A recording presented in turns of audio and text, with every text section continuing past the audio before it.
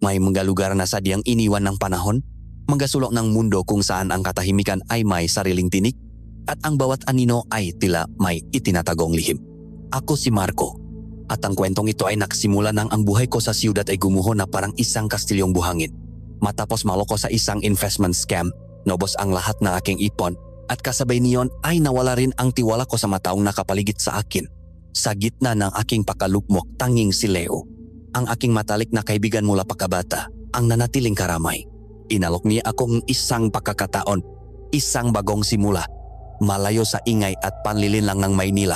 Inimitahan niya akong magtrabaho sa talyer ng kanyang tiyuhin sa kanilang probinsya, sa isang maliit na baryo na tinatawag na San Lazaro. Dahil wala na akong ibang mapupuntahan, tinanggap ko ang alok niya ng walang pag-alinlangan. Dapit hapon na nang marating namin ang San Lazaro. Ang ganda ngang papalubok na araw ay nagbibigay ngang kulay kahel at tila sa kalangitan. Ngunit sa ilalim nito ay may bumabalot na kakaibang pakiramdam. Isang nakakabinging katahimikan ang sumalubong sa amin na parabang ang mismong hangin ay nag-ingat na gumawa ng ingay. Ang mas nakapakpatindik ng aking balahibo ay ang mataong aming nakasalubong. Lahat sila'y naglalakat ng nakayuko. Ang ngamatay na kapako sa maalikabok na lupa. Iniiwasan ang aming paningin na parabang kami ay may dalang sakit. Walang bati, walang ngiti, tanging maanino lamang na nakmamadaling umuwi sa kani-kanilang matahanan. Ang talyer ni Tio Elias ay nasa pinakadulo ng baryo, sa mismong hangganan ng isang madilim at masukalang gubat. Gawa sa mga kinakalawang na yero at lumang kahoy. At amoy pa lang nito ay pinagalong langis at kalumaan. Sumalubong sa amin si Tio Elias, isang lalaking may bakas kang matining pagod at lumbay sa mukha. Isang pilit na ngiti ang ibinigay niya sa akin. Ngunit ang kanyang mata ay may lap at tila may sariling pinagmamasdan sa kadiliman. Sa unang gabi ko sa San Lazaro, habang nakahiga sa aking bagong silid, napansin kong nang sumampa ang buwan sa kalangitan, ang aso sa buong paligid ay sabay-sabay na nanahimik.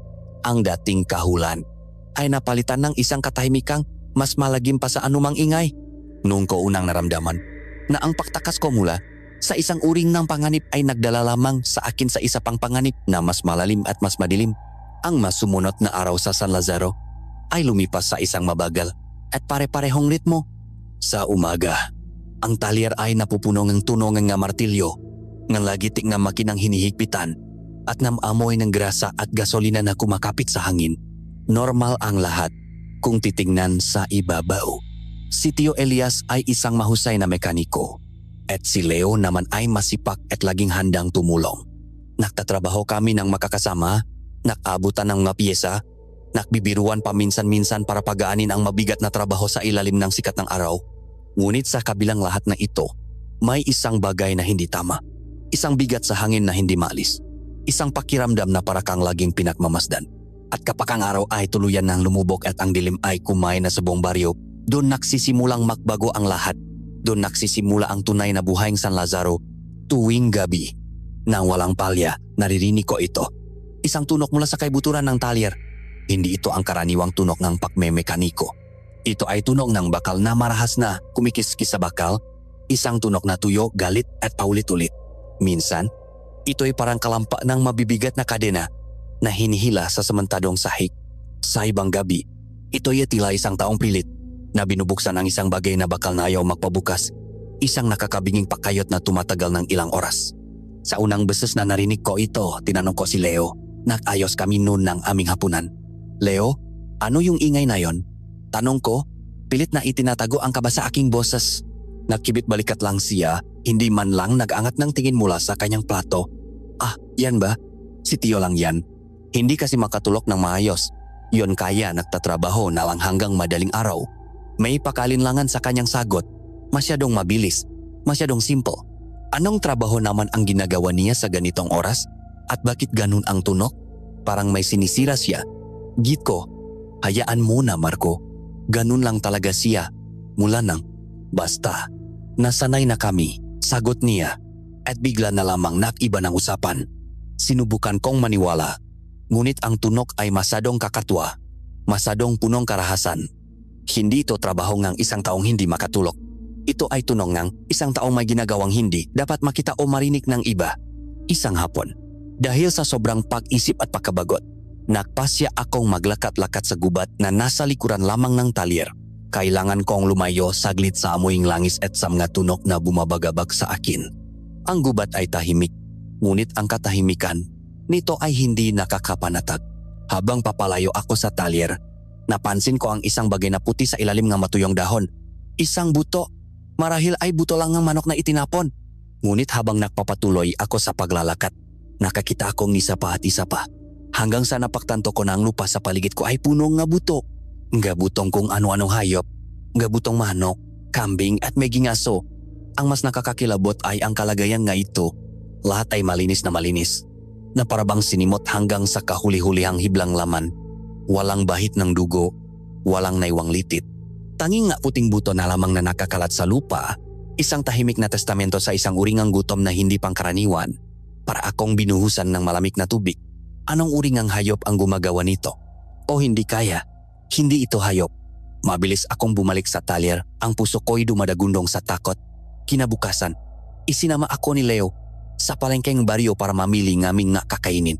Ito ang unang beses na nakita ko ang sentro ng San Lazaro. Malit lang ito. Ilan lamang ang matindahan na gawa sa kawayan. At tulad ng aking inaasahan, ang mataw ay ganoon pa rin. Mga aninong umiwas sa liwanag, mamatang laging nakatungo.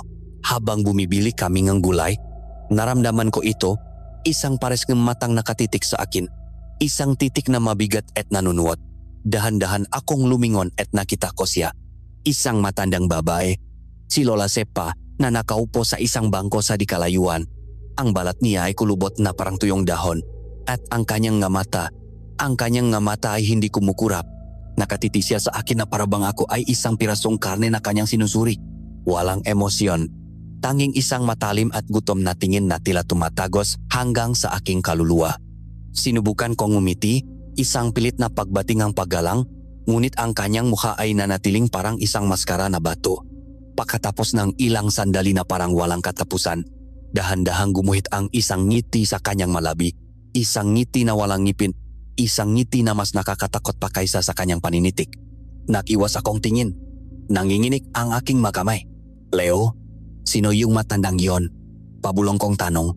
Tumingin si Leo sa direksyon ni Lola Sepa at napabuntong hininga. Pilit siyang tumawa. Si Lola Sepa. Naku, huwag mo na yung pansinin. Medyo may pagkasiraulo na yon. Lahat na lang ng bago dito tinititigan niya ng ganyan. Sinubukan niyang gawing biro ang lahat.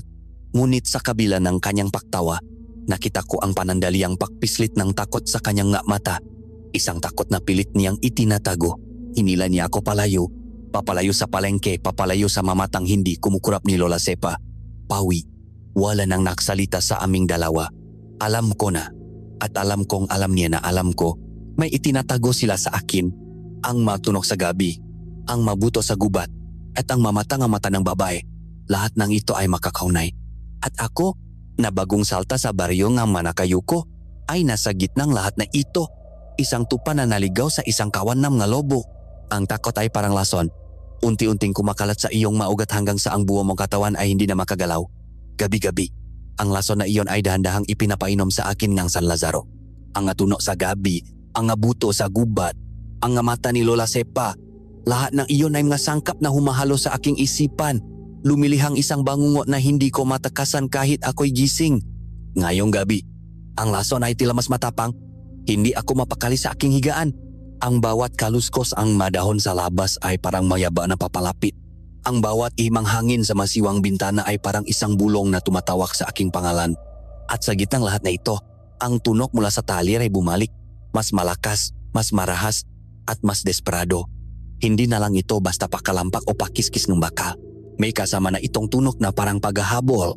Isang mabigat na bagay na paulit, ulit at malakas na ibinabaksak sa semento na sinusundan ng isang garalgal na tunok na parabang isang hayop na sinusubukang kumawala sa kanyang kulungan. Ang tunok na iyon ay may dalang galit at sakit. Hindi ko na ito kaya. Ang manatili sa aking kwarto at magkunwaring walang naririnig ay parang paghihintay na lamang sa aking sariling katapusan. Kailangan kong malaman kung ano ang nangyayari. Dahan-dahan akong umangon. Sinisigurong hindi lilihan ang anumang ingay. Sa pagkakataong ito, hindi ako nagtangka na pumunta sa mismong talyer. Ang babalasang gamata ni Tio Elias nung huling beses ay malinaw pa sa aking alaala. Sa halip, ang mapa ko ay nakdala sa akin patungo sa maliit na bahay na nakakabit sa opisina. kung saan natutulog si Leo at ang kanyang tiyuhin. Isang maliit na ilaw mula sa loop ang tumatagos sa bintana. Nagpapahiwatik na sila'y gising pa. Habang papalapit ako, narinig ko sila. Maboses na pilit na pinahihina ngunit punong tensyon. Sumandal ako sa dingding na gawa sa manipis na lawanit. Ang puso ko'y kumakabog na parang tambol sa aking dibdib at pinakinggan ko ang kanilang pinag-usapan. Kailangan na niyang umalis, Leo. Bukas na bukas din. Ang boses ni Tio Elias ay nanginginig sa pinahalong galit at takot. Hindi mo ba nakikita? Bawat araw na nandito siya, mas lalo lang tayong nalalagay sa panganib. Pero Tio, saan naman siya pupunta? Sagot ni Leo. Ang kanyang boses ay puno ng pagmamagkaawa. Wala na siyang babalikan sa Maynila. Kaibigan ko siya, Tio. Hindi ko pwedeng basta na lang siyang itaboy na parang aso. Kaibigan. Halos pasinghal na sagot ni Tio Elias. Ang pagkakaibigan ninyo ang magiging dahilan ng ating kapahamakan. Alam mo ang napatakaran dito, Leo. Alam mo malapit na ang panahon. At alam na nilang nandito siya. Nakita na siya ni Sepa sa palengke. Ang pangalan ni Lola Sepa ay nanghatid ng kilabot sa aking buong katawan. Sila ay makakakilala. Ang pagtitik niya sa akin ay hindi pala basta-basta. Si Lola Sepa lang yon, Tio. Matanda na malikot ang isip. Katwiran ni Leo. Ngunit kahit ako ay naririnig ang kawalan ng kasiguraduhan sa kanyang boses. Huwag kang magbingi-bingihan. Bata ka. Sigaw ni Tio Elias na agad ding hininaan ang boses. Hindi ito isang laro. Mula nang dumating siya, mas naging mapanghasila. Gabi-gabi, mas lumalakas ang pagwawala niya sa ilalim. Naamoy niya ang bagong dugo. Naamoy niya si Marco. Ang masalitang iyon ay tumama sa akin na parang isang malaking bato. Pagwawala, sa ilalim, bagong dugo. Sino ang tinutukoy niya? Narinig ko ang pagikbi ni Leo. Tio, parang awa mo na. Bigyan mo pa kami ng konting panahon. Baka may iba pang paraan. Baka pwede nating hilingin na iba na lang. Walang ibang paraan. Putol ni Tio Elias. Alam mo yan, may usapan. May utang na dapat bayaran. At kung hindi natin ibibigay ang hinihingi nila, tayong lahat ang sisingilin. Hindi mo ba naintindihan? Kung mananatili, siya rito. Siya ang kukunin nila. At kapag nangyari iyon, baka pati ang lahat ng pinahirapan kong itago ay mabunyak pa. Baka pati tayo ay madamay. Isang mahabang katahimikan ang namagitan sa kanila. Ang tanging naririnig ko na lang ay ang sarili kong hininga at ang walang tigil na kalampagan mula sa talyer. Ano? Ano ang gusto mong gawin ko? Basak na tanong ni Leo. Paano ko sasabihin sa kanya na kailangan niyang umalis dahil ano? Dahil may mahalimaw na gustong kumain sa kanya? Maniniwala ba siya sa akin? Narinig ko ang isang malalim na buntong hininga mula kay Tio Elias. Isang tunog ng isang taong suko na sa laban. Bahala ka. Gawin mo ang gusto mo. Malamig niyang sabi. Pero tandaan mo ito, Leo. Kapag dumating na ang oras at hindi pa rin siya nakaalis, wala na akong magagawa. Ang responsibilidad ay nasa iyo na. Humakbang palayo si Tio Elias mula sa pader at narinig ko ang kanyang mayabak na papalayo. Bago siya tuluyang umalis, may huli siyang sinabi, mga salitang tumata sa aking isipan at nagbigay sa akin ng isang uri ng takot na hindi ko pa naramdaman kailanman. Kung ganun, sabi niya, ipagdasal mo na lang siya at ipagdasal mo na rin tayo. Dahan-dahan akong umatras, palayo sa dingding, palayo sa bahay. Bawat hakbang ko paatras ay parang isang hakbang papalayo sa anumang natitirang pag-asa. Bumalik ako sa aking silid at isinara ang pinto. Ngunit ang pinto ay hindi kayang harangan ang katotohanan ng aking narinig. Ang maingay mula sa talyer ay nagpatuloy, ngunit hindi ko na ito pinapansin. May mas malakas na ingay sa loob ng aking ulo. Hindi ako isang panawin sa kanilang baryo. Hindi ako isang kaibigan na nangangailangan ng tulong. Ako ay isang tupa na dinala sa katayan. At ang kaibigan ko, ang matalikong kaibigan na si Leo, alam niya ang lahat. Pinoprotektahan niya ba ako? O simpleng inililiban lamang niya ang aking hindi maiwasang katapusan?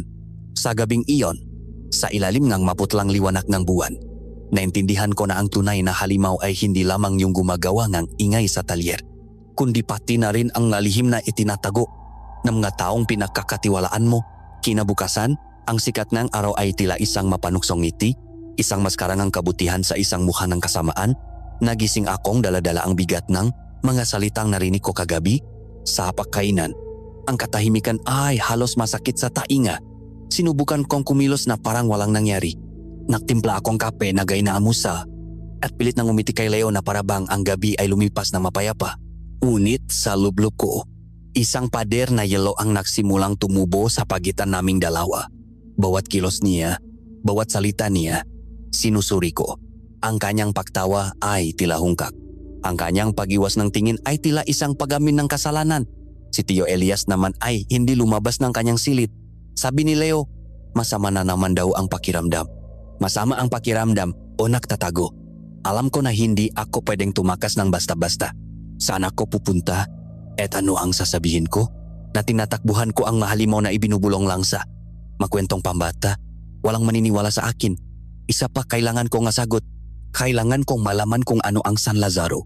Kung sino ang sila na kinatatakutan ni Tio Elias. At kung ano ang papel ko sa madilim na larong ito. Kaya nakpasi ako. Makukunwari ako. Magiging si Marco, ang kaibigang walang alam, ang dayong naghahanap ng bagong simula. Ngunit sa likod ng maskarang iyon, ako ay magiging isang espiya sa aking sariling buhay, nakahanap ng mapahiwatig, nahihintay ng pagkakataon.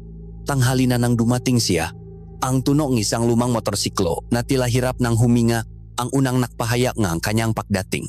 Huminto ito sa harap ng talyer at mula rito ay bumaba ang isang babae. Siya si Alina.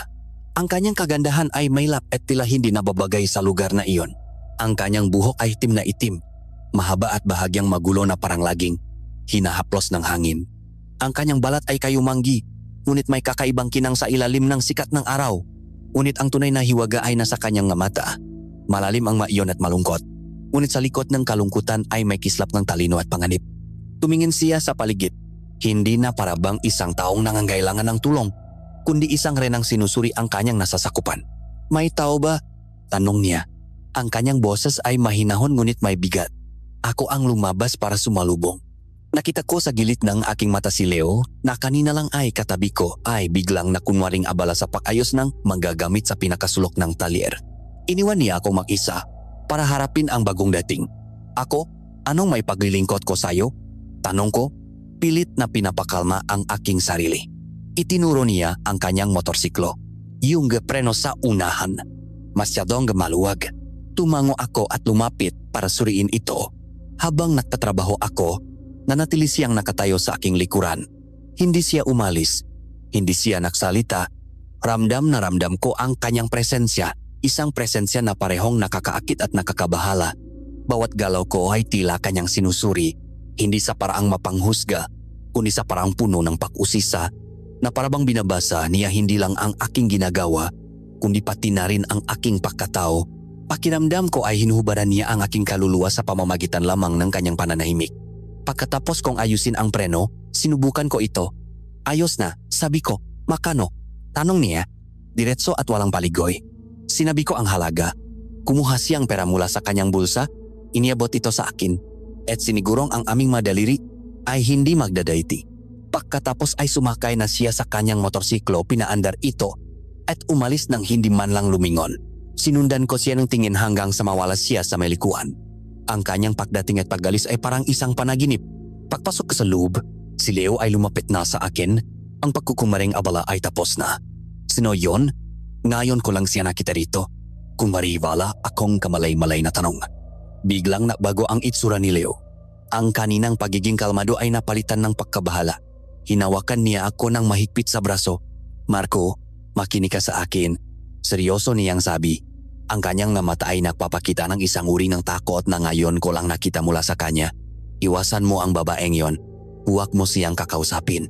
Huwag kang lalapit sa kanya. Naintindihan mo ba? Bakit?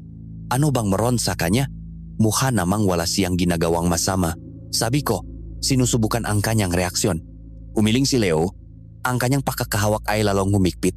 Hindi mo naintindihan, pre. May sumpang dalang pamilya nila. Matagal na silang problema sa bayang ito. Kinamumuhian silang lahat. Maim nga lumang alitan. Mga masamang dugo na hindi mo na dapat pang malaman. Ang kanyang mapaliwanag ay malabo at punong pamahiin. Parehong-pareho sa paraan niya ng pagtatakip sa mga tuno na naririnig ko tuwing gabi. Isang kasinungalingan na binalot sa isa pang kasinungalingan. Binitawan niya ang aking braso at tumalikod. Basta't makinig ka sa akin. Para na rin sa ikabubuti mo, layuan mo siya. Pumasok siya sa loob ng opisina at iniwan akong mag-isang nakatayo. Ang isip ko ay puno nga bagong tanong. Ang kanyang babala ay nakaroon na kasalungat na epekto. Kung si Leo, na alam kong naglilihim sa akin tungkol sa isang panganib na nakatutok sa aking buhay, ay desperadong inilalayo ako kay Alina. Ano ang ibig sabihin nun? Kung ang taong dapat kong pagkatiwalaan ay may itinatagong balak para sa akin, hindi kaya't ang taong sinasabi nilang dapat kong iwasan ang siya palang susi sa lahat? Marahil si Alina ay hindi isang banta. Marahil siya ay isang kawe ngang aking matunay na kawe. At sa mundong ito nga anino at kasinungalingan, minsan ang kawe ang iyong kawe ang siya mong pinakamalakas na kakampi. Tumingin ako sa daan kung saan nawala si Alina. Ang takot sa aking dibdib ay hindi nawala. Ngunit ngayon, mayroon na itong kasamang determinasyon. Hindi ko susundin ang babala ni Leo. Hahanapin ko ang katotohanan. At nararamdaman ko, ang daan patungo sa katotohanan iyon ay nagsisimula sa misteryosong babae na nangangalang Alina. Ang bawat gabi ay isang pagsubok ng katatagan. Ang bawat paglubok na araw ay isang paanyaya sa kabaliwan. Nasanay na dapat ako sa matuno. Ngunit sa halip na masanay, tila mas lalo lang itong nagiging malinaw at nakakatakot. At sa gabing ito, ang tunok ay nagbago. Hindi na lamang ito simpleng kalampak ng bakal o pakiskis ng kadena. May bago ng tuno na humahalo sa madilim na simponyang talyer. Isang ungol. Isang malalim at garalgal na ungol na puno ng sakit at paghihirap. Sinusundan ito ang isang marahas na dagundong na parabang isang malaking hayop ang paulit-ulit na inihahampas ang kanyang katawan sa pader na bakal. Ang tunok ay hindi na tunong ng isang bagay kundi ng isang nilalang. Isang nilalang na nakdurusa at nakngingit-ngit sa galit sa loop ng kanyang kulungan.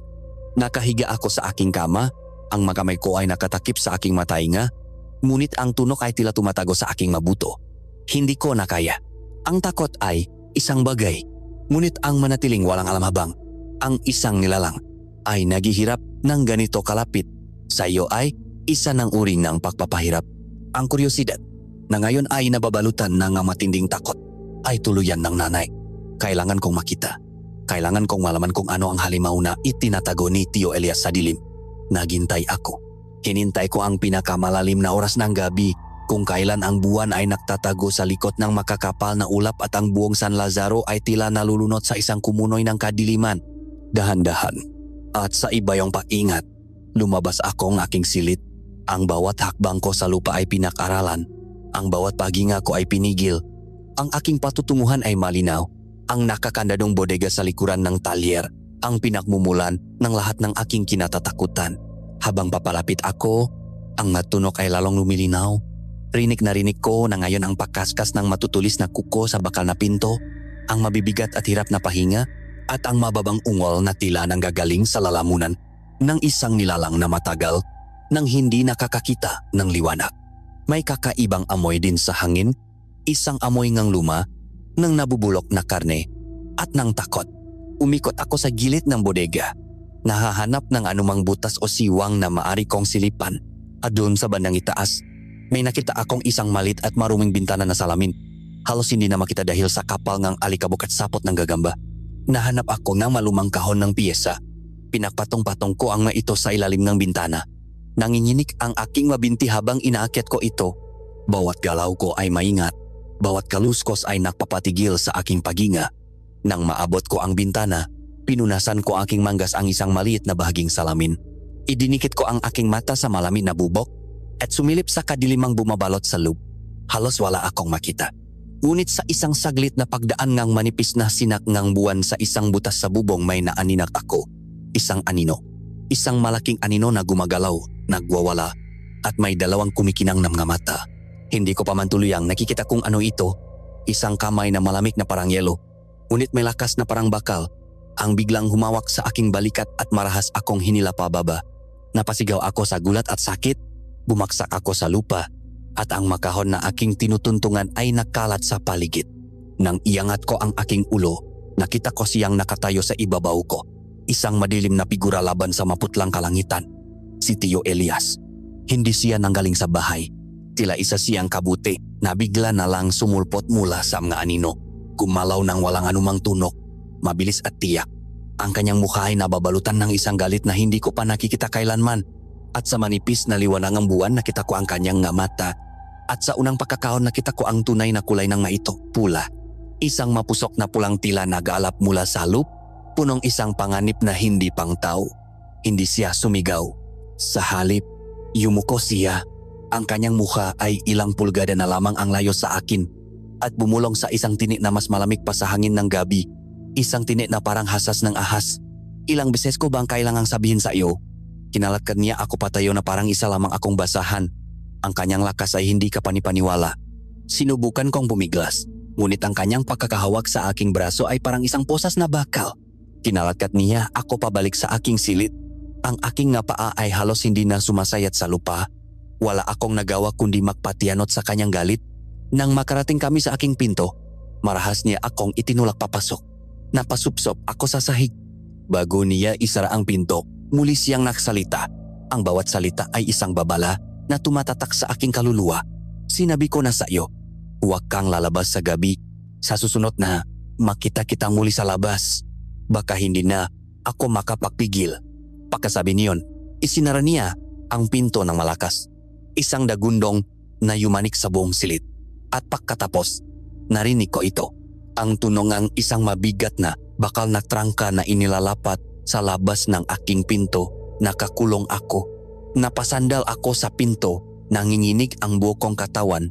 Rinig ko pa rin mula sa malayo ang maungol mula sa bodega. Ngunit ngayon, hindi na ito isang misteryo. Ito ay isang katotohanan. May isang halimaw na nakakulong ilang metro lamang mula sa aking tinutulugan. At ang taong pinakakatiwalaan ng aking kaibigan, ang taong nagpatuloy sa akin, ay hindi lamang basta alam ang tungkol dito. Siya ang bantay nito. Siya ang aking kartselero. Sa gabing iyon, sa loop nga, aking nakakandadong silid, naintindihan ko na ang aking sitwasyon. Hindi ako isang bisita. Isa akong bilanggo na naghihintay na lamang sa hatolong mahalimaw na nagahari sa San Lazaro. Ang tunog ng mabigat na trangka na hinihila sa labas ng aking pinto ang gumising sa akin. Hindi ang sikat ng araw, hindi ang awit ng nga ibon, kundi ang tunog ng aking paglaya mula sa aking panggabing solda. Paglabas ko, ang tensyon sa pagitan naming tatlo ay tila isang pader na hindi nakikitang ngunit ramdam na ramdam. Si Tio Elias ay nakaupo na sa hapak, umiinom ng kape. Ngunit ang kanyang nga mata ay hindi tumitingin sa akin. Tila ako isang hangin, isang multo sa sarili kong kinarurunan. Si Leo naman ay pilit na iniwasan ang aking tingin. Ang kanyang mukha ay puno ng pagkakasala na hindi niya kayang itago. Walang naksalita habang kami kumakain.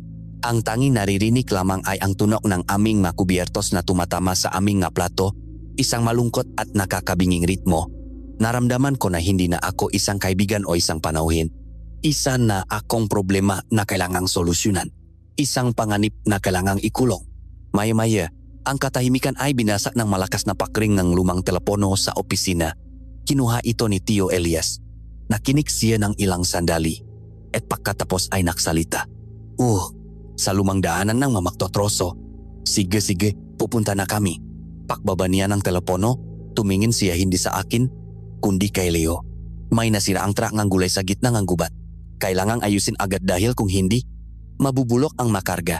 Hindi ko kaya, sumasakit na naman ang nakasukasuan ko. Pagkatapos ay sa wakas, tumingin siya sa akin, isang tingin na malamig at walang anumang emosyon. Sumamag ka kay Leo. Dalawa ang kailangan para doon. Ang kanyang nga salita ay hindi isang pakiusap, kundi isang utos. Pakiramdam ko ay isa, akong piyon sa isang larong chess na hindi ko maintindihan. Itutulak patungo sa isang tiyak na kapahamakan. Ang takot ay gumapang muli sa aking lalamunan. Ngunit wala akong pagpipilian. Ang tumanggi ay isang pag-amin na may alam ako at hindi ko alam kung ano ang gagawin nila sa akin kapag nalaman nilang narinig ko ang lahat. Isa pa, ito na marahil ang pagkakataon ko. Ang pagkakataong makausap si Leo ng malayo kay Tio Elias. Tumango na lamang ako. Nahanda kami ni Leo ng magamit ng walang imikan. Ang bawat kilos namin ay maingat na parabang kami ay dalawang estranghero na pinilit na magsama. Ang biyahe patungo sa gubat ay isang paglalakbay patungo sa kawalan. Ang pamilyar na daan ng baryo ay unti-unting napalitan ng isang makipot at baku-bakong daanan ng lupa. Ang mga puno sa makabilang gilid ay naglalakihan at nagsisiksikan. Ang kanilang sanga at dahon ay bumubuong isang berdeng bubong na halos harangan na ang sikat ng araw. Kahit kasaksagan pa ang hapon, ang pakiramdam sa loop ng gubat ay parang palaging dapit hapon. Ang hangin ay mabigat at malinsangan. Pagkatapos ng halos isang oras na biyahe, natakpuan namin ang truck. Nakahinto sa gitna ng daan na parang isang malaking bakal na halimaw na sumuko na. Nagsimula kaming magtrabaho. Ang tensyon sa pagitan namin ni Leo ay mas masaho pas init ng panahon. Sa wakas, hindi ko na natiis. Leo, sabi ko, ang aking boses ay mas mahina kaysa sa aking inaasahan. Kailangan nating mag-usap. Sabihin mo sa akin ang totoo. Ano ba talaga ang nangyayari dito? Natigilan siya sa kanyang ginagawa. Dahan-dahan siyang lumingon sa akin. Ang kanyang mukha ay punong takot. Huwag dito. Marco, pakiusap. Pabulong niyang sabi. Ang kanyang mga mata ay malikot na tumitingin sa nakapaligid na kagubatan. Delikado dito. Magtrabaho na lang muna tayo para makaalis na tayo agad. Ang kanyang nga salita. Sa halip na magpakalma sa akin ay lalo lang nagpatibay sa aking nahinala. Ang panganib ay totoo. At naririto kami sa mismong puso nito. Habang papalubok ang araw, ang gubat ay nagsimulang magbago. Ang huninga, ibon at kuliglig ay unti-unting humina hanggang sa ito'y tuluyang nawala. Ang pumalit ay isang katahimikan na nakakabingi, isang katahimikan na naghihintay. At pagkatapos, nagsimula ang mga tunok. Isang tuyong sanga na nabalisa di kalayuan. Isang mahinang kaluskos ang mga dahon sa aming kanan, kahit walang hanging umihip. Isang malalim na pag-ungol na tila nanggagaling sa ilalim mismong lupa. Ang pakiramdam na pinagmamasdan ay hindi na lamang isang pakiramdam. Ito ay isang kasiguraduhan. Ramdam namin ang mamatang nakatitik mula sa bawat anino nga mapuno. May nagsimulang maglaro sa amin. Isang anino ang mabilis na dumaan sa gilid ng aming paningin. Masyadong mabilis para makita ng malinaw. Ang distornilyador na kalalapak ko lang sa lupa ay bigla na lang nawala. At natakpuan na lang namin ito ilang metro ang layo. Ang hangin ay biglang lumamig. Nagsimulang manginig ang makamay ni Leo. Dalian na natin. Marco, sabi niya. Ang kanyang boses ay nanginginig. Pilit naming binibilisan ang aming trabaho. Ngunit ang aming makamay ay hindi na sumusunod ng mayos. Ang aming mga kilos ay padalos-dalos at puno ng takot. At noon nangyari ito. Isang malakas na kalabok ang yumanik sa buong truck na halos ikinatapon namin sa aming kinatatayuan. Sinundan ito ngang isang nakakapasong tunongang bakal na kinakayot. Sa aming pagkatulala, nakita namin ang pintong ng truck sa aking gilid. Mayroon itong tatong malalalim na guhit, mangguhit na tila ginawang matutulis na kukong isang napakalaking hayop. Ang bakal ay nayupi at nabagbak na parang papel. Ang anuang bagay na nasa labas ay napakalakas at napakalapit. Ang takot ay tuluyan nang bumalot sa amin. Wala na kaming pakialam kung maayos pa ba ng husto ang makina. Basta't umandar lang ito. Sa aming pagmamadali, nakakabanggaan kami. Nalalaglag ang aming nga gamit. Susi, pahandarin mo na. Sigaw ko kay Leo. Tumakbo siya papasok sa truck. Isinaksak niya ang susi. Pinihit niya ito. Isang beses. Walang nangyari. Pangalawa, isang mahinang pakubo lamang mula sa makina. Narinig namin ang isang malakas na kalabok sa likod ng truck. Nandiyan na siya. Pakiusap, pakiusap. Umandar ka. Bulong ni Leo. Pinihit niya ang susi sa huling pagkakataon. At sa isang milagro, ang makina ay umugong at nabuhay. Pumasok ka na. Sigaw niya. Mabilis pa sa 4:00 akong tumalon papasok sa truck. Pinaandar ni Leo ang sasakyan. Ang magulong ay umikot sa putik at yumarurot kami palayo. Sa aming salamin sa gilid, wala kaming makita kundi ang nahahabulang na anino. Ngunit naririnig namin ito. Ang malalakas na yabag at ang pagbaling ng gasangan ng isang nilalang na humahabol sa amin sa gilid ng daan sumasabay sa aming bilis. Ang tunong ng pahabol ay tumagal ng ilang minuto bago ito unti-unting humina at nawala habang papalapit kami sa bukana ng gubat. Nakabalik kami sa talyer. Nanginginig at basang-basang ang pawis. Pagbaba namin ng truck, si Tio Elias ay naghihintay sa amin sa labas. Nakatayo sa dilim. Ang kanyang mukha ay seryoso. Tiningnan niya ang aming maitsura. Pagkatapos ay ang bagong magalos sa pintong rack. Hindi siya nagulat. Hindi siya nagtanong. Tumango lamang siya ng dahan-dahan na parabang alam na niya ang lahat. Sa kanyang nga mata, nabasa ko ang katotohanan. Alam niya kung ano ang naghihintay sa amin sa gubat na iyon. At sadya niya, kaming ipinadala roon. Ang gabing iyon sa gubat ay isang babala. At ang tahimik na pagtanggap ni Tio Elias ay isang kumpirmasyon. Ang panganib ay hindi lamang nakakulong sa bodega. Ito ay malayang naglilibot sa kadiliman, nag-abang. At kami, sadya kaming ipinain. Ang mga araw pagkatapos ng insidente sa gubat ay parang paglalakat sa isang manipis na alambre. Bawat sandali ay punong tensyon. Bawat tingin ay may kahulugan. Ang talyer ay naging isang silensyosong entablado kung saan kaming tatlo ay gumaganap sa isang dulang hindi namin isinulat. Si Tio Elias ay naging isang anino, bihira ng magsalita, At kapag nagsasalita ay parang yelo ang kanyang nasalita. Si Leo naman ay parang isang kaluluwang ligaw. Puno ng pagsisisi at takot. Iniwasan ang aking nga mata na parabang ang pagtingin sa akin ay isang uri ng pagtataksil. At ako ang naging sentrong ng lahat ng ito. Isang bihak na naghihintay sa kanyang sentensya. Hindi alam kung kailan o paano ito ipapataw. Ang trangka sa aking pinto tuwing gabi ay isang paalala na ang aking buhay ay hindi na sa akin. Pakiramdam ko ay unti-unti akong nababaliw sa loob ng 4 na sulok ng talyer. Ang hangin ay masyadong mabigat, ang katahimikan ay masyadong maingay. Isang hapon, hindi ko na natiis. Kailangan kong makalanghap ng ibang hangin. Kailangan kong makalayo kahit saglit lang. Nagpaalam ako kay Leo na maglalakat-lakat lang ako. At sa unang pakakataon sa loob ng ilang araw, hindi niya ako pinigilan. Tila ba ang pag-alis ko ay isang uri ng ginhawa para sa kanya. Naglakat ako ng walang patutunguhan, ang aking mga paang siyang nagdala sa akin sa isang lumang daanan patungo sa ilog na nasa gilid ng baryo. Doon, sa ilalim ng isang malaking puno ng akasya, umupo ako sa isang malaking bato at pinanot ang marahang pegagos ng tubig. Dito, kahit papaano, ay nakaramdam ako ng kapayapaan. Tanging ang tunok lamang ng ilog at ng hangin ang aking naririnig. Tanging ako lang at ang aking mga iniisip. O yon ang akala ko. Maganda ang ilog, hindi ba? Isang boses ang biglang bumasak sa katahimikan. Halos mapatalon ako sa gulat. Lumingon ako at nakita ko siya. Si Alina. Nakasandal siya sa punong akasya. Ang kanyang mga braso ay makasalikop na parabang kanina pa siya naroon. Tahimik na nakmamasid. Paano siyang nakalapit nang hindi ko man lang namamalayan? Gusto mo ba ang magabi sa San Lazaro? Tanong niya. Ang kanyang mga mata ay nakatitik sa akin. Seryoso at walang kurap. Hindi ako nakasagot. Ang tanong niya ay tila may dalang 1,000 kahulugan. Nagpatuloy siya. Lumakat siya papalapit sa akin. Bawat hakbang niya ay puno ng isang kakaibang grasya at panganib.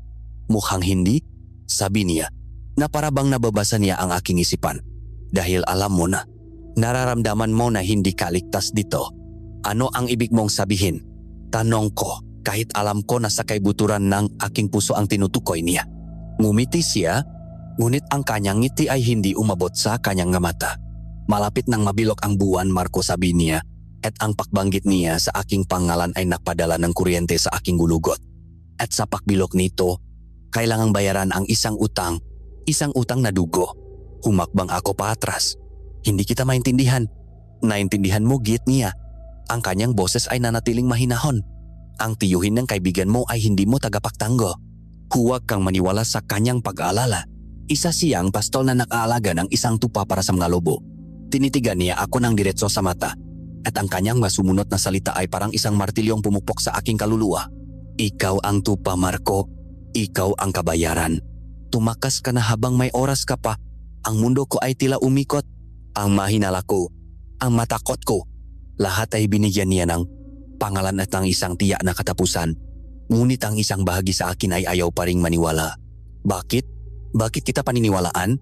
Halos, pasigaw kong tanong. Sino ka ba talaga? Isa ka ring tulad nila, hindi ba? Sa isang iglap, habang ako'y nakatingin sa kanya, kumurap ako. At sa pagdilat ng aking mamata, wala na siya sa aking harapan. Nawala siya na parang bula. Nasaan ka? Sigaw ko. Lumingon ako sa paligid. Ang puso ko'y nagsimulang dumagundong sa takot at pagtataka dahil alam ko kung ano ang pakiramdam na maging biktima nila. Ang boses niya ay isang bulong at nanggaling ito sa aking likuran. Napakalapit. Napalingon ako at naroon siya. Nakatayo sa mismong lugar kung saan ako nakatayo kanina. Hindi man lang humihinga ng malakas. Hindi man lang nagulo ang kanyang buhok. Impossible. Walang tao ang kayang gumalaw ng ganun kabilis. Ang aking pagdududa ay napalitan ng isang uri ng takot na hindi ko pa naramdaman. Ang takot sa harap ng isang bagay na hindi may paliwanag. Sa harap ng isang bagay na hindi pangkaraniwan. Hindi mahalaga kung sino ako o kung ano ako. Sabi niya, ang kanyang boses ay bumalik na sa normal nitong tono. Ang mahalaga ay ang buhay mo. Nasa iyo na kung pakikinggan mo ako o kung hihintayin mong maging hapunan ka sa kanilang pagdiriwang. Hindi na siya naintay na aking sagot. Tumalikot siya at nagsimulang maglakad papasok sa mapuno. Sa bawat hakbang niya, ang kanyang figura ay tila nilalamon ng anino hanggang sa siya ituluyan ng maglaho. Naiwan akong mag-isa sa tabi ng ilog. Nanginginig ang matuhot. Ang aking paghinga ay malalim at mabilis. Ang mapiraso ng palaisipan ay nagsimulang makabit-kabit sa aking isipan. Ang maingay sa gabi. ang mabuto, ang pag-atake sa gubat, ang pagbabago nga ugali ni Tio Elias, ang babala ni Leo, at ngayon, ang nasalita at ang imposible niyang ipinakita. Ang panganib ay mayroon ng taning, ang kabilugan ng buwan. Ang panganib ay mayroon ng dahilan, isang utang na dugo, at ang panganib ay mayroon ng biktima. Ako, ang payapang ilok ay tila naging isang saksi sa aking hatol. Ang tanong na lamang ngayon ay kung ano ang gagawin ko. Maniniwala ba ako sa isang estrangrang may kakayahang maglaho na parang hangin? O magtitiwala pa rin ba ako sa isang kaibigang alam kong nagsisinungaling sa akin? Habang ang araw ay dahan-dahang nagtatago sa kanluran, naramdaman ko ang pag-ikli ng aking oras. Ang gabi ay paparating na naman. At sa pagkakataong ito, alam ko na kung ano ang kanilang hinihintay. Hinihintay nila ang buwan. At hinihintay nila ako. Ang pagbabalik ko sa talyer mula sa pakikipag-usap kay Alina ay parang pagpasok sa isang hawla na alam kong sa akin nakalaan. Bawat anino ay tila mas humaba. Bawat sulok ay tila mas dumilim. Ang dating kanlungan ay isa na ngayong bitak. Nakita ko si Leo sa gitna ng garahe. Nag-isang nakayos ng isang makina. Ang kanyang likod ay nakaharap sa akin. Ngunit ramdam ko ang bigat na kanyang dinadala. Wala si Tio Elias sa paligid. Ito na ang pagkakataon ko. Ang takot na kanina'y bumabalot sa akin ay napalitan ng isang malamig na determinasyon. Tapos na ang pagpapanggap. Tapos na ang magkakasinungalingan. Lumakat ako papalapit sa kanya. Ang bawat yabag ko ay mabigat at may diin. Hindi niya ako napansin hanggang sa ako'y nasa likuran na niya. Leo, tumigil siya sa kanyang ginagawa. Dahan-dahan siyang humarap. At nang makita niya ang ekspresyon sa aking mukha, ang kunwaring ngiti na handa na niyang ibigay ay unti-unting naglaho. Huwag ka nang magsinungaling sa akin, sabi ko. Ang aking boses ay kalmado ngunit may bigat na parang bato. Tapos na ang laro. Alam ko na. Nakita ko ang gulat at pagtanggi sa kanyang mamata. Marco, ano bang sinasabi mo? Anong laro? Ang buwan, sabi ko. At nakita ko siyang bahagyang nanginig. Malapit na itong mabilog. At mayroon daw utang na dugo na kailangang bayaran. Ang kulay sa kanyang mukha ay unti-unting nawala. At ako, nagpatuloy ako. Ang bawat salita ay parang isang suntok. Ako ang kabayaran. Saan mo narinig yan? Tanong niya. Ang kanyang boses ay nanginginig na. Sa mamulto ba na nasa isip mo lang? Hindi, Leo. Narinig ko mismo sa inyo ng Tio Elias mo. Pagsisinungaling ko. Ginagamit ang narinig kong pagtatalo nila bilang isang armas. Narinig kong sinabi niyang ako na ang isusunod. Na kailangan ko nang umalis. Pero pinigilan mo siya. Bakit, Leo? Bakit mo ako pinanatili dito kung alam mong ipapain mo lang din pala ako? Ang huli kong tanong ang siyang tuluyang bumasak sa kanya. Ang kanyang tindig ay gumuho. Ang makagamitang hawak niya ay bumaksak sa sahig na may malakas na kalansing. Napaluhod siya. Ang kanyang makamay ay napasabunot sa kanyang buhok. At doon, sa gitna ng amoyng langis at bakal, umagulgol siya na parang isang bata. Isang hagulgol na puno ng takot, pagsisisi, at kawalan ng pag-asa. Lumapit ako at umupo sa kanyang harapan. Hinintay siyang ilabas ang lahat ng bigat na matagal na niyang kinikimkim. Pagkatapos ng ilang sandali, sa pagitan ng kanyang mahikpi, nagsimula siyang magsalita. Patawarin mo ako, Marco. Sabi niya, ang kanyang boses ay basak. Patawad, natakot ako. Sobra akong natakot. Sabihin mo sa akin ang totoo. Mahinahon kong sabi. Lahat, huminga siya ng malalim. Totoo, sabi niya. Sa wakas ay nagangat siya ng tingin. Ang kanyang nga mata ay namumula at puno ng luha. Totoo ang lahat ng kinatatakutan mo. May mga aswang sa lugar na ito. Ang buong San Lazaro. Ito ang kanilang teritoryo. Ang kanyang pag-amin, kahit inaasahan ko na, ay nanghatid pa rin kilabot sa aking katawan. At si Lola Sepa ang kanilang pinuno, dakdak niya. Siya ang may hawak sa lahat. Siya ang gumagawa ng mga patakaran. At si Tio Elias, tanong ko, kasama ba siya sa kanila? Mabilis siyang umiling. Hindi siya masama, Marco. Maniwala ka sa akin. Biktima lang din siya tulad natin. Ipaliwanag mo. Maraming taon na ang nakalipas pagsisimula niya. Bago pa ako tuluyang manirahan dito. Si Tio Elias at ang asawa niya, si Tia Elena, ay masaya dito. Maunlat ang talyer. Iginagalang silang lahat. Ngunit isang gabi, nakasakit si Tia Elena. Isang kakaibang sakit na hindi may paliwanag ng mga doktor. Mataas ang lagnat niya, palagi siyang nananaginip ng masama. At pagkatapos, isang umaga, wala na lang siya. Naglaho na parang bula. Hinanap siya ni Tio sa lahat ng dako, pero hindi na siya natakpuan. Anong kinalaman ng aswang doon? Sila ang kumuha sa kanya. Sabi ni Leo, ang kanyang makamao ay kumuyom. Iyon ang sinabi nila kay Tio. Kinuha nila si Tia Elena. At kung gusto niyang manatiling buhay, kung gusto niyang manatili akong ligtas, kailangan niyang sumunod sa kanila. Kailangan niyang maglingkod. Maglingkod? Paano? Hindi ko alam ang lahat. Pag-amin niya, may mga bagay na hindi sinasabi sa akin ni Tio. Pero alam ko na may mga tungkulin siyang ginagawa para sa kanila. Mga bagay na ginagawa niya sa gabi. Kaya siya laging pagod at malungkot. Hawak nila kami sa Lake Marco. Isang maling galaw lang. At baka kung ano na ang gawin nila sa amin. Kaya nang dumating ako, sabi ko at naintindihan ko na nakita kanila bilang isang pagkakataon. Malungkot na pagpapatuloy ni Leo. Isang hando na hindi nila kailangang hanapin. Isang tupa na kusang pumasok sa lungga nga malobo. Mula pa lang noong unang araw, sinabihan na ako ni Tio na kailangan ka nang umalis. Pero tumanggi ako. Ang sabi ko sa sarili ko, poprotektahan kita. Hahanap ako ng paraan. Pero wala akong nagawa. Duwag ako, Marco. Patawarin mo ako. Tinitigan ko ang aking kaibigan. Ang kaibigan ko mula pakabata na ngayon ay umiyak sa aking harapan. Ang galit na nararamdaman ko kanina ay unti-unting napalitan ng hawa. Nakita ko sa kanyang mata ang parehong takot na nararamdaman ko. Hindi siya isang traidor. Isa rin siyang biktima na naipit sa isang sitwasyong hindi niya ginusto. Dahan-dahan, kung inilagay ang aking kamay sa kanyang balikat, tumayo ka, sabi ko. Naangat siya ng tingin. Puno ng pagtataka. Hindi mo kailangang humingi ng tawad. Naintindihan ko. Tinulungan ko siyang tumayo. Sa sandaling iyon, ang pader na yelo sa pagitan namin ay gumuho. Muli, kami ay naging magkaibigan. Ngunit sa pagkakataong ito, ang aming pagkakaibigan ay hindi na nababatay sa mamasaseng alaala, kundi sa isang ibinabahaging bangungot. Anong gagawin natin? Tanong niya. Ang kanyang boses ay puno ang kawalan ng pakasa. Umiling ako. Hindi ko alam. Pag-amin ko. Hindi ko alam. Umupo kaming dalawa sa isang lumang gulong sa gitna ng aming munting impyerno. Ang kalahating katotohanan ay nasabi na. Ngunit alam kong may mabahagi pa rin kwento na hindi niya alam o pilit na itinatago ang tunay na kalagayan ni Tio Elias at ang nilalang na nagwawala sa bodega tuwing gabi. Ang pag-amin ni Leo ay hindi nagbigay ng solusyon. Ito ay isang kumpirmasyon lamang kung gaano kalala ang aming kalagayan. Dalawang magkaibigan na ngayon ay makakampi laban sa isang hukbongang kadiliman. At ang buwan, sa bawat gabing lumilipas, ay palapit ng palapit sa kanyang kabilugan. Dalawang araw na lang bago ang kabilugan ng buwan. Ang masalitang iyon ay umulit-ulit sa aking isipan na parang isang basak na plaka. Isang paalala na ang oras ko ay paubos na. Ang gabong San Lazaro ay tila naghahanda.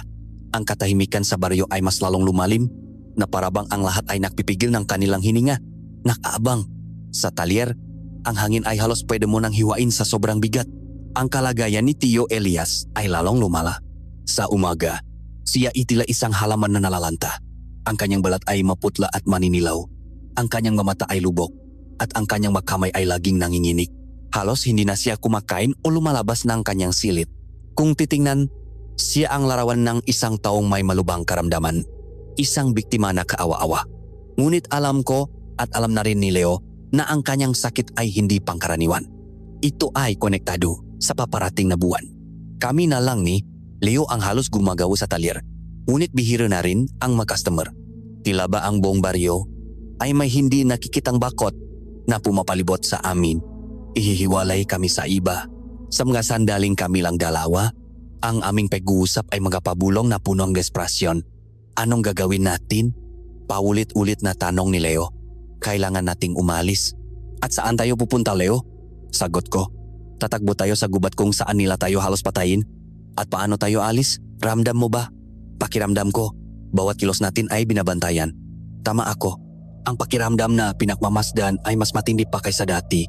Mula sa maaninungang puno, mula sa mabintana nga kalapit na bahay, naroon ito. Ang matangang San Lazaro ay nasa amin, nasa akin. Ang aking atensyon ay tuluyan nang nabaling sa bodega. Ang naungo sa gabi ay halos nawala na. Napalitan ng isang nakakilabot na katahimikan. Ngunit ang alaala ni Tia Elena, ang kwento ni Leo tungkol sa kanyang pagkawala matapos ang isang kakaibang sakit ay hindi maalis sa aking isipan. Ang sakit, ang pagkawala, Ang nilalang na nakakulam. Ang nga piraso ay nabubuo sa aking isip. Lumili kang isang larawan na napakapangit para tanggapin, ngunit napakalinaw para balewalain.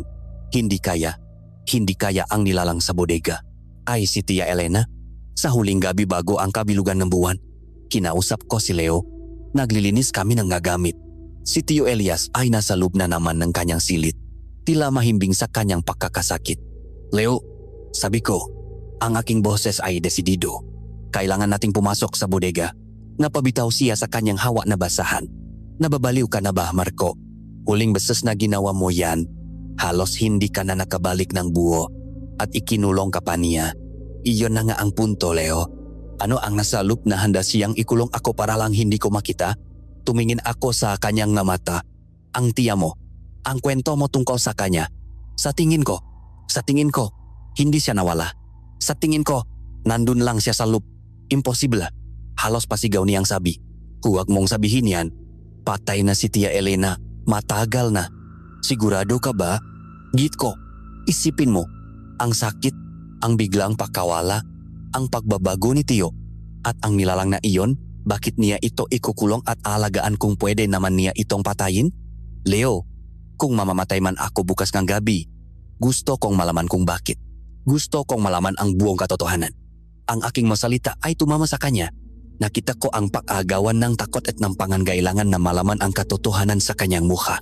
Pagkatapos ng ilang sandaling pag-atubili, dahan-dahan siyang tumango.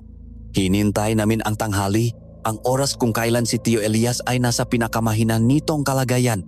Sa isang lumang kahon ng tornilyo, sa ilalim ng kalawanging piyesa, doon itinago ni Tio Elias ang isang maliit at halos pamilyar na susi. Kinuha ito ni Leo, ang kanyang kamay ay nanginginig.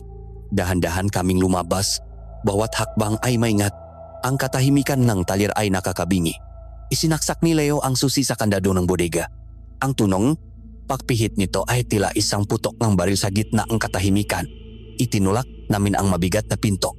Isang malakas na langit-ngit ang sumalubong sa amin, kasabay ng isang amoy na halos nakpasuka sa akin. Isang amoy na pinahalong luma, nabubulok na pagkain, dumi, at isang bagay na mas malansa pa. Ang amoy ng matagal ng pagdurusa. Pumasok kami. Ang tanging ilaw namin ay ang maliit na flashlight mula sa aking telepono. Ang liwanag nito ay nanginginig habang ginagala namin ito sa loob. Ang bodega ay halos walang laman maliban sa isang sulok. At sa sulok na iyon, ang aming pinakamasamang bangungot ay nakatoto. Nakakabit sa pader at sa sahig ang dalawang makakapal na kadena. Sa sahig ay may isang maruming kutson, isang mangkok ng tubig na nilulumot na, at magutong ang hayop na nakalat. Ang pader na bakal at ang semantadong sahig ay puno ng malalalim na kalmot, mamarkang walang katapusang pagpupumiglas. Ngunit ang pinakanakakatakot sa lahat ay kung ano ang wala ron. Ang bihag. Ang makadena ay bukas at walang laman. Nakahandusay sa sahig na parang patay na ahas. Ang nilalang ay nakawala. Nasaan siya? Nanginginig na tanong ni Leo. Naglakad kami papalapit. Ang hamoy ay mas matindi sa lugar na iyon. At doon, sa gitna ng gumi, ang sinang aking flashlight ay tumama sa isang maliit na bagay na kumikinang. Isang loket. Isang loket na hugis puso, puno ng putik at kalawang. Pinulot ito ni Leo. Gamit ang kanyang nanginginig na mga daliri, binuksan niya ito. Sa loob, may isang luma at kupas ng litrato. Isang litratong isang mas batang Tio Elias. At sa tabi niya ay isang magandang babae na nakangiti. Si Tia Elena, halos pabulong na sabi ni Leo. Ang kanyang boses ay tuluyan ng nabasag. Ang halimaw sa bodega ay ang kanyang tiya. Ang katotohanan iyon ay hindi pa man tuluyang nagsisingin sa aming maisipan nang marinig namin ito. Isang tunok mula sa bahay. Ang marahang pakalangit-ngit na sahig na kahoy. Sinundan itong isa pang tunok, mas malakas at mas malinaw. Ang pagbukas ang pinto ng silid ni Tio Elias. Hindi siya natutulog. Hindi siya mahina. Gising siya at alam niyang wala kami sa aming nga pwesto. Nakatinginan kami ni Leo. Ang aming nga mata ay nanlalaki sa purong takot. Nakulong kami sa loob ng bodega, sa hawla ng halimaw, at ang bantay nito ay papalapit na. Ang takot ay may kakayahang magpatigil ng oras. Sa loob ng bodega, ang bawat segundo ay tila isang oras. Bawat tibok ng aming puso ay isang dagundong na umaalingaw-ngaw sa nakakabinging katahimikan. Narinig namin ang pagbukas ang pinto ang bahay, ang mabibigat na yabak na papalapit. Bawat isa ay isang martilyo na pumupukpok sa aming nga dibdib. Nahanap kami nga mapagtataguan ngunit saan? Ang bodega ay isang bukas na espasyong bakal at semento. Kami ay magadagan na nakulong sa isang bakal na kahon at ang pusa ay nasa labas ng pinto. Dahan-dahan, ang langit-ngit ng kinakalawang na bisagra ay pumunit sa katahimikan. Ang pinto ng bodega ay bumukas. Nakatayo roon si Tio Elias, isang madilim na silweta laban sa namumutlang liwanag ng hapon. Ngunit hindi na siya ang Tio Elias na mahina at masakitin. Ang kanyang likod ay tuwid, ang kanyang balikat ay malapat. Ang anyo niya ay punong isang kapangyarihan na hindi ko pa nakikita dati. Isang kapangyarihan na nakakakilabot. Pumasok siya at sa pagtamang liwanag sa kanyang mukha, nakita namin ang kanyang mata. Nagiliyab ang maito sa isang kulay pulang hindi may paliwanag, parang dalawang baga na nagbabaga sa dilim. Ang kanyang tingin ay hindi dumaan sa amin, kundi sa bukas na kadena na nakahandusay sa sahig. Pagkatapos ay sa loket na nangingini sa kamay ni Leo. Alam na niyang alam na namin. Ang panahon ng pagkukunwari at kasinungalingan ay tapos na. Ang adrenaline na hinaluan ng desperasyon ay nagbigay sa akin ng lakas ng loob. Itinaas ko ang aking nanginginig na kamay at itinuro ang kadena. Nasaan siya, Tio? Tanong ko. Ang aking boses ay basak ngunit may diin. Nasaan si Tia Elena? Sa pagbanggit ko sa pangalan ng kanyang asawa, isang bagay ang nakbago kay Tio Elias. Isang ungol ang kumawala mula sa kanyang lalamunan. Isang tunok na hindi pangtao. At sa aming harapan, nagsimula siyang magbago. Ang buto sa kanyang likod at balikat ay lumagitik ng malakas. Itinutulak ang kanyang balat palabas sa mga anggulong hindi natural. Ang kanyang mabraso ay humaba. Ang kanyang madaliri ay kumukuyom at nagiging matutulis na kuko na itim at makintab. Ang kanyang mukha ay humahaba. Ang kanyang panga ay tumutulis. At ang kanyang ngalabi ay umurong upang ipakita ang ngapangil na unti-unting lumalabas sa kanyang gilagid. Ang damit niya ay napunit habang ang kanyang katawan ay lalong lumalaki at nagiging mas halimaw. Siya na ngayon ay isang nilalang mula sa aming pinakamasamang bangungot. Mataas, balingkinitan at puno na katagong lakas. Gusto ninyong malaman kung nasaan si Elena? Tanong ng halimaw. Ang boses niya ay malalim at garalgal na tila nakmumula sa isang balon ng kadiliman. Gusto ninyong malaman ang katotohanan? Sige, ibubuhos ko sa inyo ang lahat. Tumingin siya kay Leo na ngayon ay napasandal na sa pader ng lalaki ang namata sa takot at hindi makapaniwala. Ang iyong tiya, pamangkin, hindi siya kinuha. Siya ay kinagat. Isang gabi, habang namamasyal kami sa ilog, sinalakay kami ng maalagat ni Sepa. Ang sakit na dumapo sa kanya ay hindi isang karamdaman. Iyon ang lason, ang sumpa na unti-unting gumagapang sa kanyang naugat. Binabago siya. Para iligtas siya, nakipagkasundo ako, dagdang nilalang.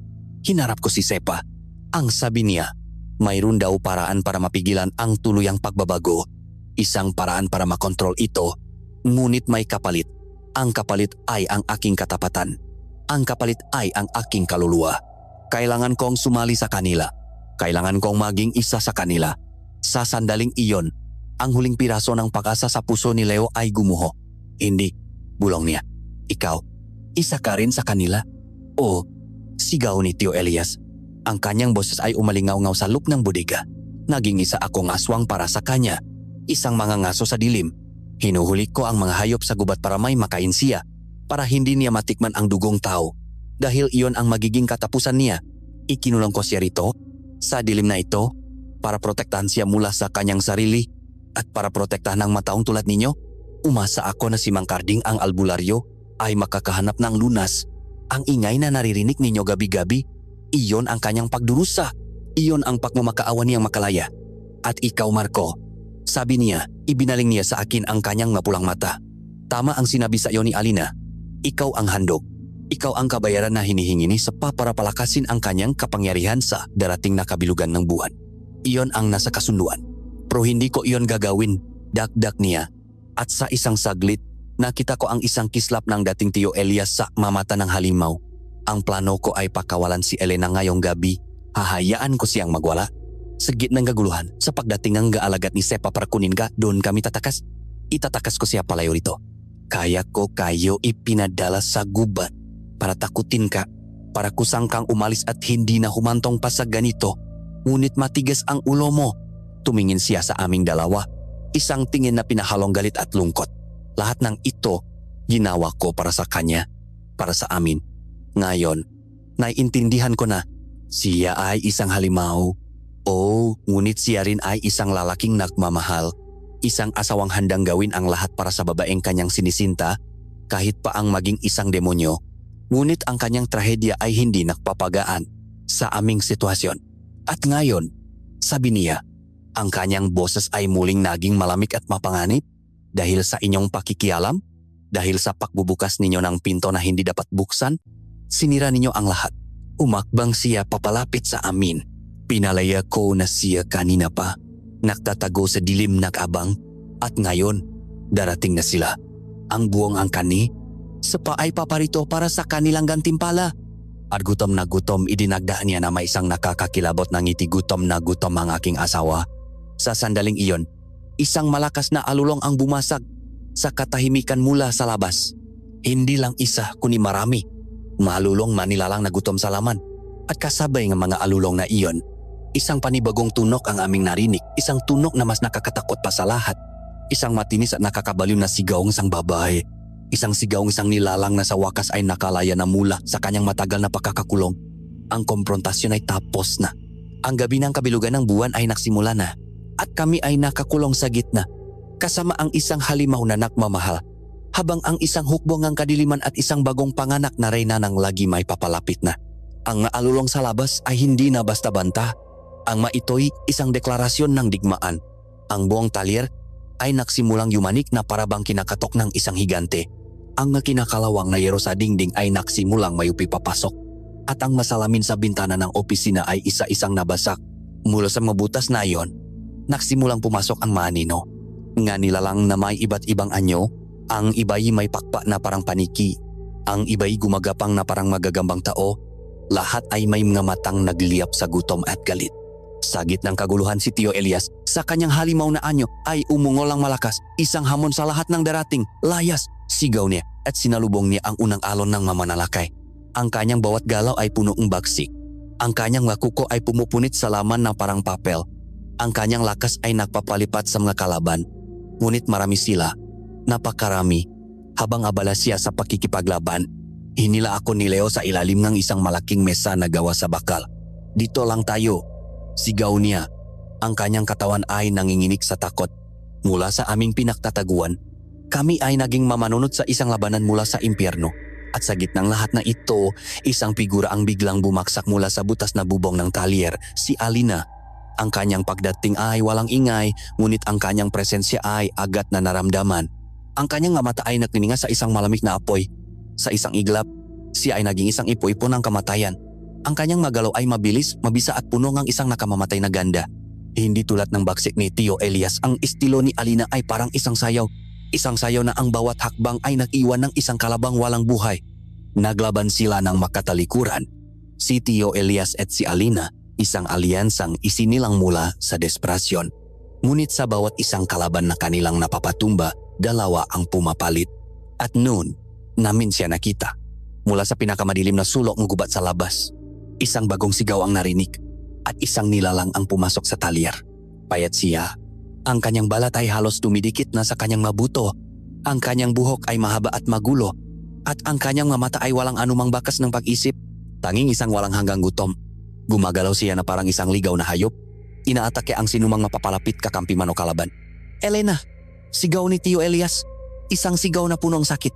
Ngunit ang nilalang, ang kanyang asawa, ay hindi man lang siya pinansin. Siya ay isang puwersa ng kalikasan na walang kinikilala. Ang pagdating ni Tia Elena ang nagpabago sa takbong laban. Dahil sa pag-aalala sa kanyang asawa, si Tio Elias ay nagambala. Nagbibigay ng pagkakataon sa makalaban na palibutan siya. Si Alina naman ay abala sa pagsalak. Sa maatake ng nagwawalang si Tia Elena. Nakita kong bumaksak sa isang tuhot si Tio Elias. 3 aswang ang nakadagan sa kanya. Nakita kong nasugatan si Alina sa braso. Kami ay dehado na. Alam kong ito na ang katapusan. Sa gitna ng kanyang pakikipaglaban, tumingin si Alina sa aming direksyon, sa aming pinagtataguan. Ang kanyang nga mata ay nakipagtakpo sa mga mata ni Leo. Nakita ko ang isang desisyon na nabuo sa kanyang mukha. Isang desisyon na puno ang pagsasakripisyo. Sa isang mabilis na galaw, itinulak niya palayo si Tia Elena at tumakbo patungo sa amin. Marco, tapan mo ang iyong mata. Sigaw niya. Ngunit huli na ang lahat. Sa harap ko, hinawakan niya ang mukha ni Leo. Patawarin mo ako, Leo, bulong niya. At ibinaon niya ang kanyang ngapangil salik ng aking kaibigan. Isang nakakakilabot na sigaw ang kumawala mula sa bibig ni Leo. Isang sigaw na pinahalong sakit at pagtataka. Ang kanyang katawan ay nagsimulang mangisay. Ang kanyang ngabuto ay lumagitik na parang matuyong sanga. Ang kanyang mamata ay nanlaki. Ang puti nito ay napuno ng dugo. Ang kanyang makuko ay humaba. At ang kanyang sigaw ng paghihirap ay unti-unting naging isang ungaw ngang isang bagong panganak na halimaw. Bumitaw si Alina. Si Leo ay bumaksak sa lupa, ngunit muli siyang tumayo, hindi na bilang aking kaibigan, kundi bilang isang nilalang gabi. Ang kanyang mamata ay nakatutok sa mga aswang na papalapit sa akin. Isang mababang ungol ang lumabas sa kanyang lalamunan. Isang ungol ng pag-ari, isang babala. At sa isang iglap, sumugot siya. Ang bagong Leo ay sumali sa laban. Ang kanyang magalaw ay hindi kasing ganda ng kay Alina o kasing lakas ng kay Tio Elias. Ang kanyang estilo ay mailap at desperado. Punong isang likas na pagnanais na protektahan ako. Siya ang naging aking kalasak. Bawat aswang na sinusubukang lumapit sa akin ay kanyang sinasalubong ng walang awang baksik. Ang pagdating ng bagong mandirigma ay nagbigay ng bagong pag-asa. Muling nakatayo si Tio Elias at kaming tatlo ang nagagalit na asawa, ang bihasang mandirigma at ang bagong silang na tagapagtanggol ay sabay-sabay na lumaban. At sa wakas, lumabas na rin ang reyna. Si Lola Sepa, ang kanyang anyo ay mas nakakatakot kaysa sa iba. Matanda siya, ngunit ang kanyang katawan ay punong ngalitit na parang bakal. Ang kanyang makuko ay mahaba at baluktot. At ang kanyang ngiti ay isang siwang patungo sa impyerno. Alipin, sigaw niya. Nakaturo kay Tio Elias. Naglakas loob kang suwayin ako. Hindi na ako iyong alipin, bruha. Sagot ni Tio Elias. Nakpangabot ang dalawang pinuno. Ang kanilang laban ay isang sagupaan ng lakas at ng matagal ng kinikimkim na galit. Habang sila ay naglalaban, kami naman ni Alina at Leo ay nililinis ang manatitirang alagad. Sa huli, si Lola Sepa na lang ang natira. Pagod na si Tio Elias. Puno ng nasugat. Nakita ni Lola Sepa ang kanyang pagkakataon at sumugod para sa huling atake. Ngunit bago pa man siya makalapit, si Alina ay sumulpot mula sa kanyang gilid. Sinaksak ang kanyang tagiliran. Kasabay nun, si Leo ay tumalon mula sa likod. Ibinaon ang kanyang ngakuko sa balikat ng matanda. Sa pagambalang dalawa, nakita ni Tio Elias ang kanyang pagkakataon. Sa isang huling malakas na sigawang paghihiganti, ibinaon niya ang kanyang kamay sa dibdib ni Lola Sepa at may kinuha mula sa loob. Isang kumikinang at pumipintik na puso. Dinurok niya ito sa kanyang balat. Isang nakakabinging sigaw ang kumawala mula kay Lola Sepa. Ang kanyang katawan ay unti-unting naging abo, hinahangin papalayo hanggang sa wala nang natira. Sa pakawalan ng kanilang pinuno, ang natitirang aswang ay nataranta. Isa-isa silang naksitakbuhan, naglaho pabalik sa kadiliman ng gubat. At pagkatapos, katahimikan. Ang pagsikat na araw ay nagsimula nang makpinta ng kulay abo sa kalangitan. Ang liwanag nito ay pumasok sa wasak na talyer. Ipinapakita ang lawak ng pinsala.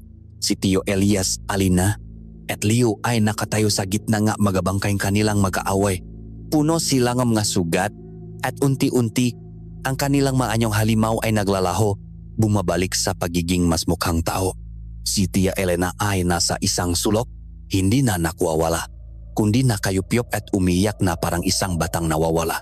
Tumingin si Leo sa kanyang makamay sa mahahaba at matutulis paring makuko. Nakita ko ang takot at pakalito sa kanyang nga mata.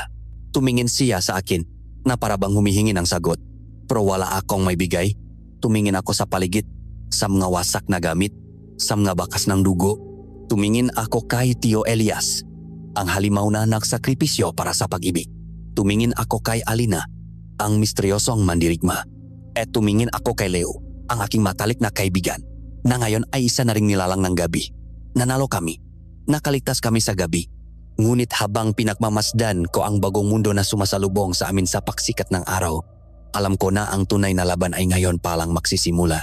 Ang paksikat ng araw ay hindi nakdala ng ginhawa. Bakus ay isang malupit na liwanag na naglantat sa lawak ng eming pakawasak. Ang talir ay isa ng bunton ng mapira-pirasong bakal at basak na salamin. Sa gitna nito, kami, ang manakaligtas, ay parang mamulto na nababalutan ng dugo at dumi, si Tio Elias. Na bumalik na sa kanyang anyong tao, ay yakap-yakap ang kanyang asawang si Tia Elena, na ngayon ay nakayupyop na lang sa isang sulok at tahimik na humihikbi. Si Leo ay nakaupo sa sahig, Nakatingin sa kanyang makamay na parabang hindi niya pakari ang maito at si Alina kahit puno nga sugat ay nanatiling nakatayo. Ang kanyang nga mata ay matalim pa rin sa kabilang pagod. Siya ang unang bumasak sa katahimikan.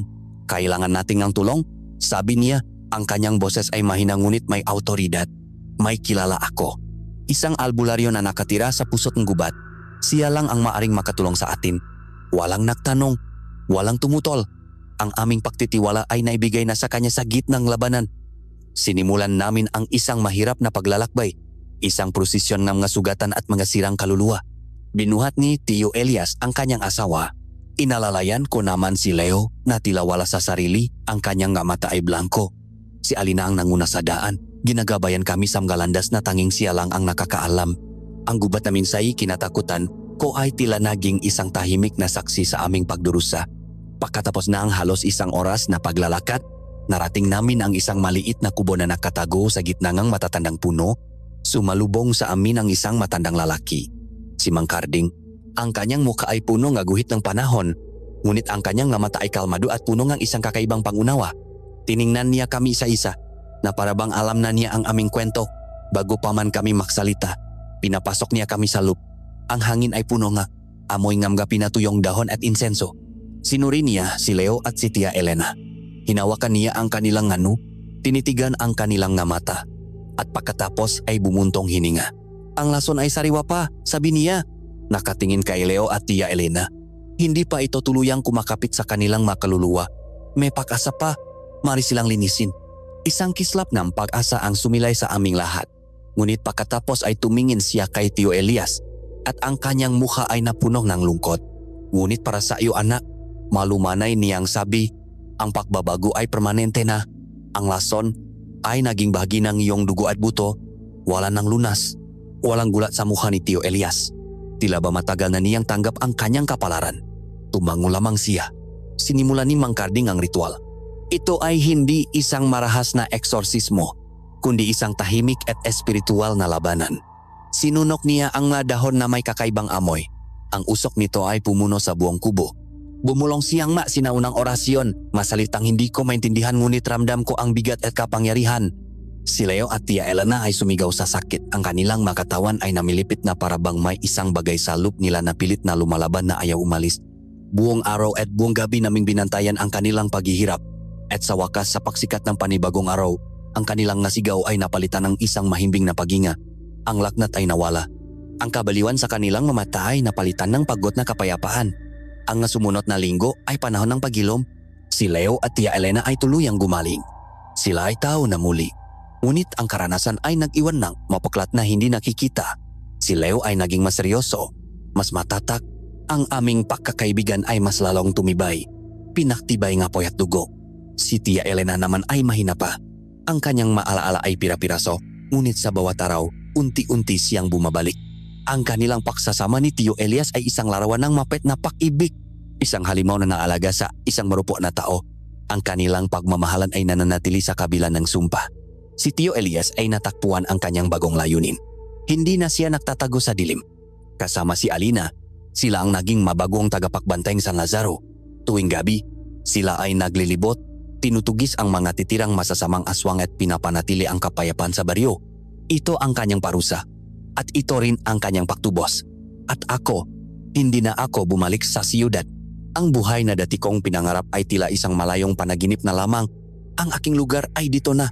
Kasama si Leo, muli naming itinayo ang talyer.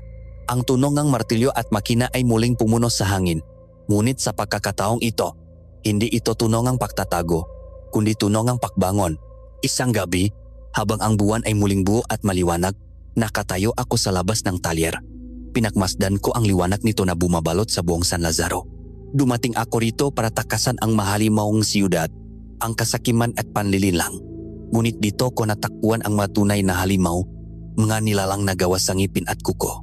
At sa paharap ko sa kanila, dito ko rin natakpuan ang tunay na katapangan, ang tunay na katapatan, at ang tunay na pamilya. Naintindihan ko na ang mahalimaw ay may iba't ibang anyo. Ang iba ay nakatago sa dilim at ang iba na mainakatago sa likod na mamahaling damit. At natutunan ko na kahit sa pinakamadilim na puso, tulad nga kay Tio Elias, ay mayroong paring kakayahang magmahal At kahit sa pinakamatinding bangungot, mayroon pa ring pag-asang masisilayan sa pagsikat ng araw. Hindi na ako takot sa buwan. Hindi na ako takot sa dilim. Dahil dito sa San Lazaro, sa ilalim ng buwan, sa gitna nga anino at mga lihim, natakpuan ko ang aking tahanan.